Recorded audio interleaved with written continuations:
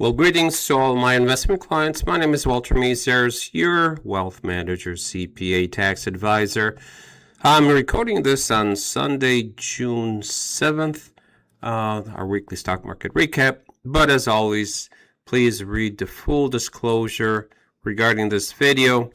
This video is not intended as investment advice or solicitation to buy or sell any securities. So at your leisure, please stop the video and you can read the SEC disclosure and state of Michigan disclosure.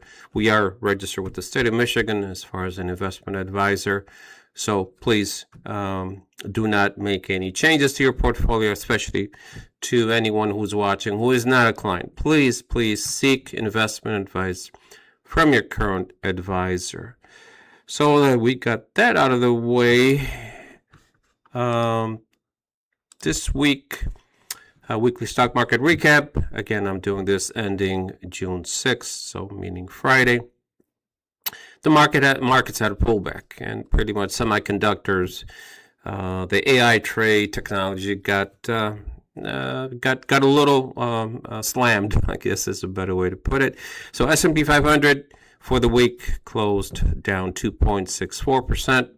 Dow Jones down 1.35%. NASDAQ down for the week 4.18%. And then the 10-year Treasury again spiked to 4.5%. Why am I bringing up the Treasury interest rate yields? The higher the interest goes, the worse it gets for the stock market, because then people rotate and say, hey, if I'm going to get a 5% rate of return with no risk, I may just plow my money there for a while. So that's the reason interest rates are so important to the stock market. So kind of what happened Monday, it was a strong start. Tuesday hit another record. Wednesday, oil in Iran kind of spiked again because the Iran peace talks kind of are right now up in the air. I'm not sure which way it's going to go. Nobody really knows. Thursday, Dow closed at record highs. And then Friday, the semiconductor sell-off. It's natural for a pullback. Look, the markets, especially technology, has been just going ballistic straight up. So a pullback like this is almost expected. Again, just the numbers, S&P 500, 7,384, Dow Jones, 7,371, meaning this is for the week.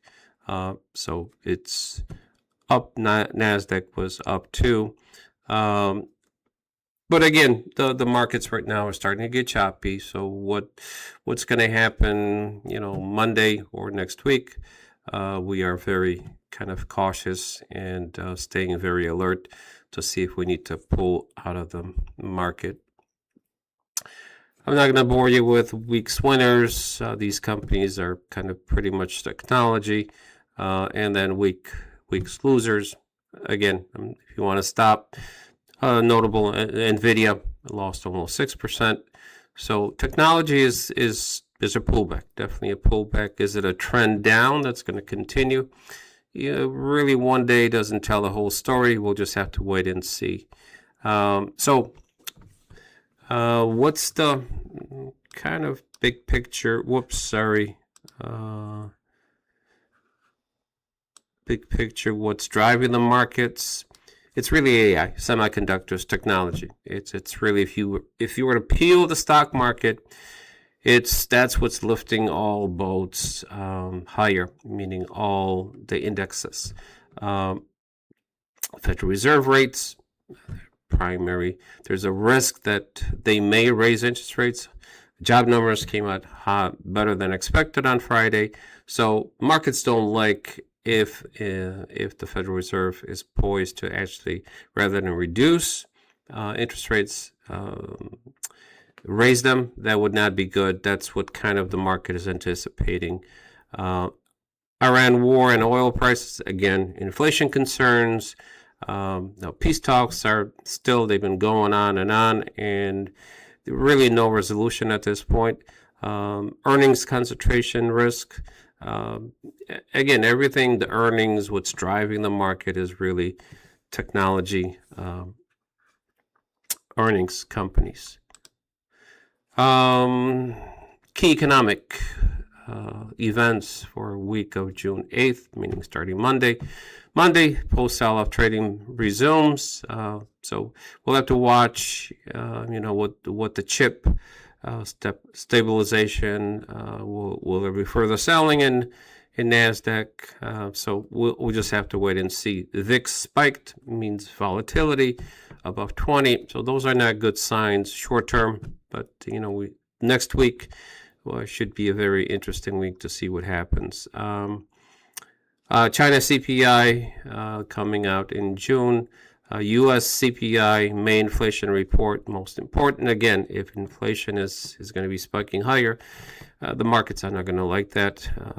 Bank of Canada rate decision, ECB interest rate decision, U.S. PPI producer price index. So I'm just going Thursday, then Friday, University of Michigan consumer sentiment, and also Germany CPI. So these are key economic indicators, meaning which direction is inflation going to be heading, and all these CPI reports will kind of give direction to the market. If CPI comes in hotter than expected, that's just going to reinforce that most likely the Federal, whether it's right or wrong, the Federal Reserve is going to probably give indication it will raise interest rates. That's not good for the stock market.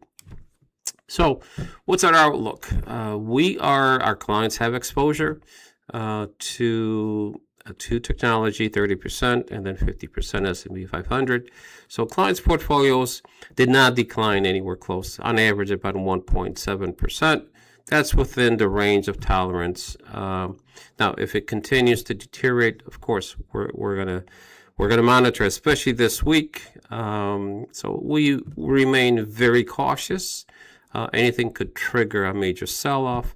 Watching Monday's open closely. We'll see what happens on Monday, and possible short-term, we may exit the market completely, depending what this week does. If the trend continues down, then we're just gonna get out of the market, because we don't know if this could be potentially a huge sell-off. So stay tuned for more information. I just want to go through real quick kind of the stock market. So for one, let's just do all as I did previous presentations. The stock market has just been ripping higher and higher, and there is a pullback here. But if we go, again, I keep going back, this kind of reminds me of year 2000, the tech bubble. Everything was peaking, hit peak, and then it started to, it dropped, pull back, and then just water slide, went down almost 60% technology, and then recovered. 07, 09, again, a major sell-off.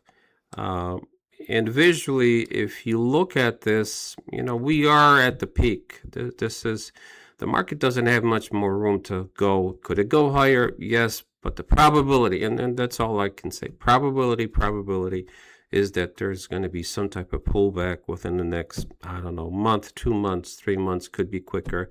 I have no clue. And nobody really knows. If somebody says, hey, they know what the market is going to do, just don't listen to them, because they don't. Unfortunately, nobody knows until it happens and you see trends, and then we have to react accordingly. So I do want to look at interest rates. And again, this is, why do I look at interest rates? Because they have a huge impact on which direction the market may go. As you can see, this is a long time period. And then from the 80s, really the trend, interest rates were just trending down to the point almost zero. And then after COVID, because of inflation, it was trending up, and it continues to trend up. So What is that going to mean for the stock market? If interest rates continue to go up higher and higher, then people may say, like right now, a 30-year bond is paying almost 5%. So somebody could say, hey, you know what? I don't want to take the risk of your retirement. You just buy the 30-year bond and be satisfied with a 5% rate of return. Remember, we're shooting for a consistent 10% rate of return, and we are on track. We're not going to chase returns, but the bigger one is we're going to protect. So that's pretty much what we're trying to do.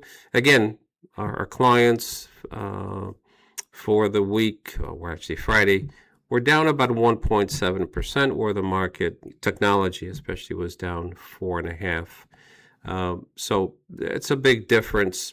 Again, we didn't have full exposure to the stock market, so we remain very, very cautious and vigilant. If next week markets continue to go down, most likely we will exit the market. So thank you for watching. Have a great week, and I will talk to you soon. See you next week. Take care. Bye now.